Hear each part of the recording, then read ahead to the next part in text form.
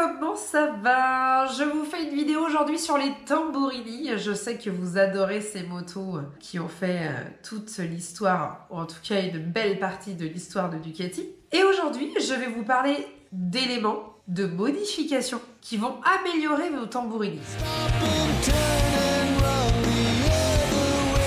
Ce sont presque que des choses où vous pouvez revenir en arrière. Le but n'est pas de modifier la moto pour ne pas pouvoir la remettre d'origine. Mon but est surtout d'améliorer la moto pour qu'elle vieillisse mieux, qu'elle fonctionne mieux et que vous soyez plus heureux. Ouais, c'est important ça. Hein. On les aime nos Tamburini. Dans leur jus ou toutes restaurées, ça dépend. On les veut absolument d'origine pour qu'elles prennent de la valeur, c'est vachement mieux. Mais oui, vous savez comme je suis chiante. J'aime bien ajouter un mais. On peut apporter certaines modifications pour améliorer la bête. Vous allez me dire, ouais, mais c'est plus d'origine et après ma moto va perdre de la valeur. Alors, déjà, rien ne t'empêche de garder les pièces d'origine. Et le deuxième point, c'est que je pense qu'elle va en prendre de la valeur avec ce que je vais te dire. Pour la simple et bonne raison, c'est qu'elle va mieux vieillir.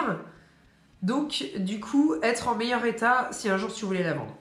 Tu vois, en tout cas, il y a des modifications qui vont la faire mieux vieillir. La première modification, qui est obligatoire, si ce n'est pas déjà fait, changer l'écrou de jauge à essence avant que celui en plastique ne casse. Sinon, l'essence fuit et ton couvre-culasse du cylindre vertical sera tout taché d'un jaune dégueulasse. Aujourd'hui, les jauges sont vendues avec un écrou en aluminium. Mais vous pouvez aussi le faire au prix de la jauge. Moins cher que la jauge.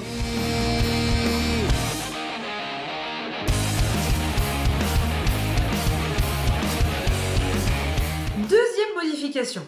Ah, ces bons vieux filtres à air qui finissent par devenir poussière et remplissent votre boîte à air tout en laissant passer tout et n'importe quoi dans votre moteur. Il nous est d'ailleurs arrivé une fois de trouver une vis qui avait fait une belle empreinte sur le piston. Tu sais, un peu comme si tu trouvais un fossile. Donc autant vous dire que la modification que je vais vous conseiller maintenant est obligatoire aussi. Mettez des filtres à air type BMC. C'est simple, avec un gabarit, vous percez des trous dans la boîte à air et vous venez ensuite y fixer le support. Ensuite, vous glissez simplement les filtres à l'intérieur. Déjà, ce sont de meilleurs filtres que l'origine. Et là, vous avez complètement protégé l'intérieur de votre boîte à air. Rien ne peut y entrer.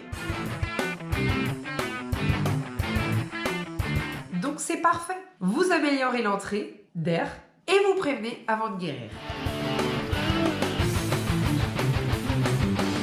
Pour parfaire l'étanchéité de la boîte à air, troisième modification, pour les versions 916 et 748, adoptez le nouveau joint des 996. Plus haut, plus gros, et donc il rendra votre boîte à air encore plus étanche.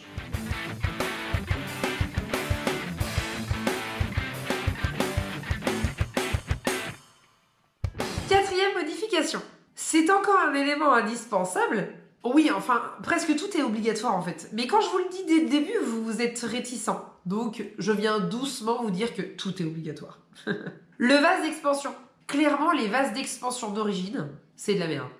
Et ça changera jamais.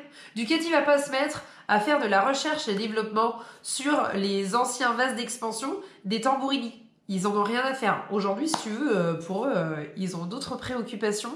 Il y a les nouvelles V4 à faire fonctionner correctement. Bon, donc, les vieilles des années 2000, c'est pas très important. Alors, pourquoi il faut remplacer ce vase d'expansion?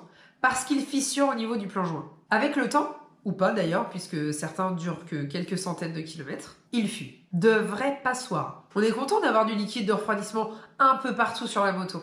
Sur ces motos, le vase d'expansion est aussi l'endroit de remplissage du liquide de refroidissement. C'est là où est le bouchon taré. Donc il subit beaucoup de variations de pression. Et paf, ça pète.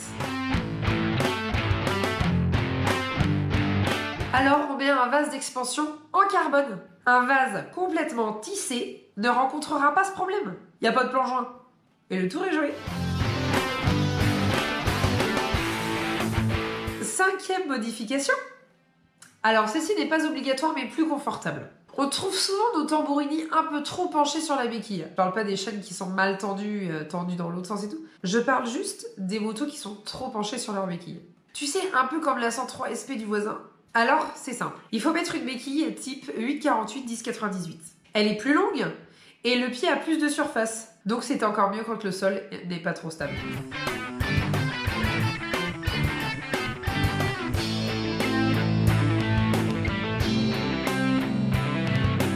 Sixième modification.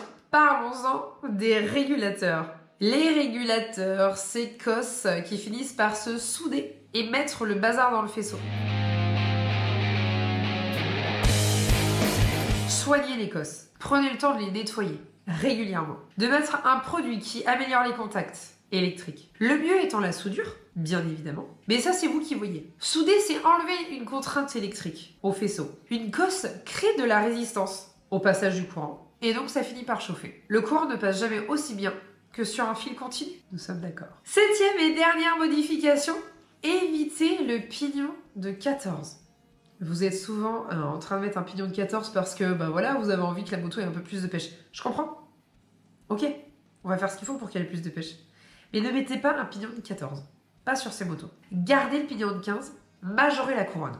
Le pignon de 14 n'est pas une bonne solution car vous finirez par bouffer le bras oscillant. Soyez vigilants et remplacez les patins de chaîne au premier signe d'usure.